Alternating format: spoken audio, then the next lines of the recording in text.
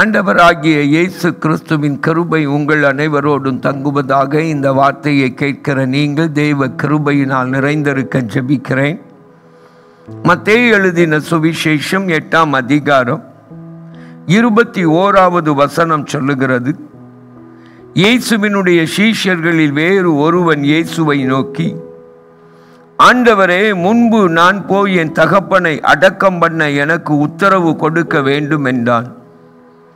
அதற்கு இயேசு, மரித்தோர் தங்கள் மரித்தோரை அடக்கம் பண்ணட்டும், நீ என்னை பின்பற்றி வா என்றார் என்று வேதம் சொல்லுகிறது. என கண்பானவர்களே, ஆண்டவர் இயேசுவை எப்படி பின்பற்ற வேண்டும், ஆண்டவர் இயேசுவுக்காக எப்படிப்பட்ட வாழ்க்கை வாழ வேண்டும் என்கிறதற்கு இயேசுவின் போதனைகள், இயேசுவின் வாழ்க்கை நமக்கு சான்றாக சாட்சியாக இருக்கிறது. என கண்பானவர்களை, இயேசுவுக்காக என்று வாழ்கிற அந்த வாழ்க்கை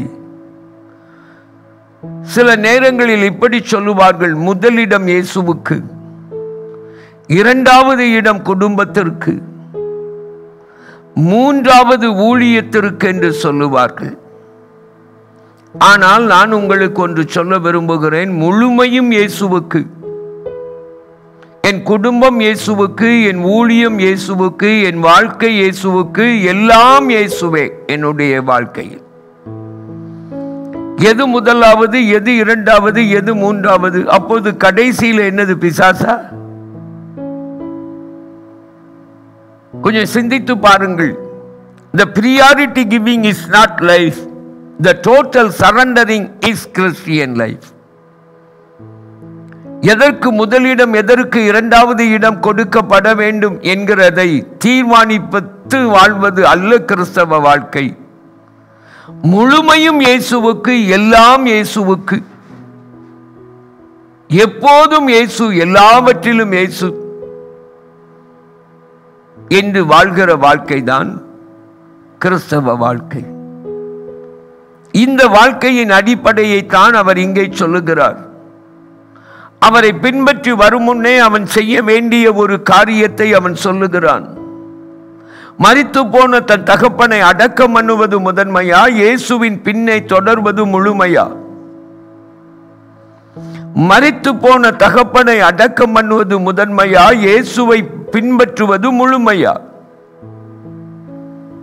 இந்த கேள்விக்கு பதிலை தான் இந்த பகுதியிலே அவர் தருகிறார். உங்கள் வாழ்க்கை எப்படி இருக்கிறது?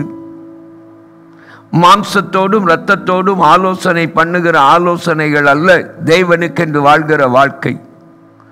நான் மாம்சத்தோடும் இரத்தத்தோடும் ஆலோசனை பண்ணாமலும் என்று சொன்ன அப்போஸ்தலனாகிய பவுலின் வாழ்க்கை தான் கிறிஸ்து நமக்கு கற்றுக் கொடுத்திருக்கிற வாழ்க்கை. ஒப்பு கொடுப்பீர்களா? அன்பின் பரம தகப்பனே, உமக்கு நன்றி சொல்லுகிறோம். என்னோடும் எங்களோடும் பேசி எங்களை உருவாக்கி நாங்கள் எப்படி பின்பற்ற வேண்டும் என்று கற்றுக் கொடுக்கிற உம்முடைய வார்த்தைகளுக்காய் நன்றி.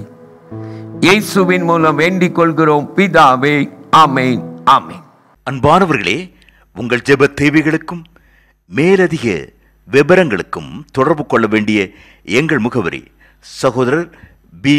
பொற்செல்வன் ஆசீர், கிருபையின் ஊழியங்கள், ஆபிரகாம் நகர், பெரிய நாயகபுரம், தூத்துக்குடி 628101.